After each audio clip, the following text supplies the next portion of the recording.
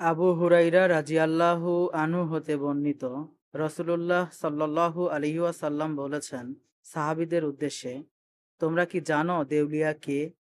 তারা বললেন, হে আল্লাহর রসুল সাল্লাল্লাহু আলাইহি ওয়াসাল্লাম, আমাদের মধ্য দেউলিয়া হচ্ছে সেই ব্যক্তি যার দিরহামও নেই, তার কোনো সম্পদও নেই।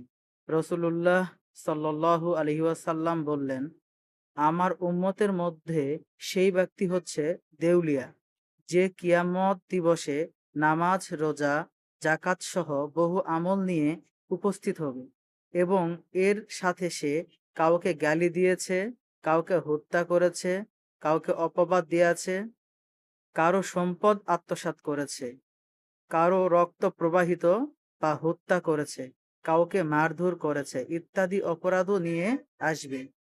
সে তখন বসবে এবং তার নেক আমল হতে এ ব্যক্তি কিছু নিয়ে যাবে, ও ব্যক্তি কিছু নিয়ে যাবে। এভাবে সম্পূর্ণ বিনিময় নেওয়ার আগেই তার সৎ আমল নিঃশেষ হয়ে গেলে তাদের গুনাহসমূহ তার উপর চাপিয়ে দেওয়া হবে। তারপর তাকে জাহান্নামে নিক্ষেপ করা হবে। নাউজুবিল্লাহ।